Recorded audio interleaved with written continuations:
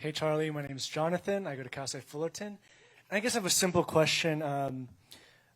Like in a family full of like conservatives, we're kind of the minority in our grand family. I just want to know how I can converse with the rest of my family being like liberal, and especially my friends as well, without obviously causing discourse and too much hurt, I guess.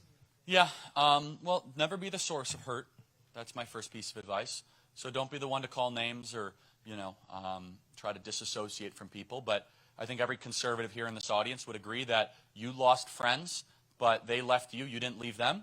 I never support the severing of friendships over politics, but I'm also realistic. It happens all the time where people stop being friends with you because of politics. I bet every single person in this room could resonate with that. So look, this is a situation where you're going to have to balance, are you going to tell the truth when there might be a consequence to it, right? And it's also how you say it. It's also how you communicate it. Having that balance of 100% grace with 100% truth, trying to be magnanimous in how you communicate, I think is really, really important. But also, understanding that in family dynamics, you have to prioritize whether or not you want the family to kind of stay together or whether or not you want to make a political point. And I don't say this advice lightly. There's some families that should never discuss politics. And there's an argument for that. It's like they're so rigid in their beliefs, it's just going to cause a civil war. Now, some people say, you know what?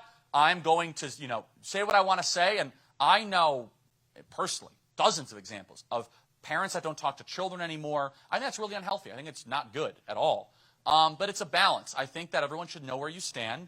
And then the final piece of advice is go to work on the family members where there's a little bit of openness.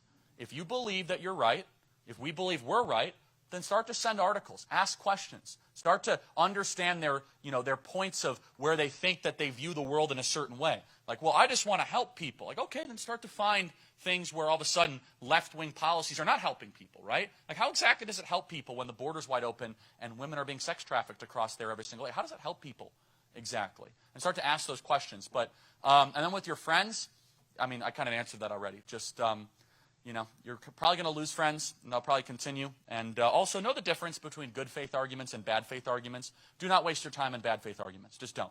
If people are just putting their hands in their ears, saying, I don't want to hear anymore, just disengage. But if people are really curious and they're dialoguing with you, that's worth your time. But don't waste your time. And you could use your own prudence and your wisdom to navigate that. Thanks for being here tonight. Appreciate it.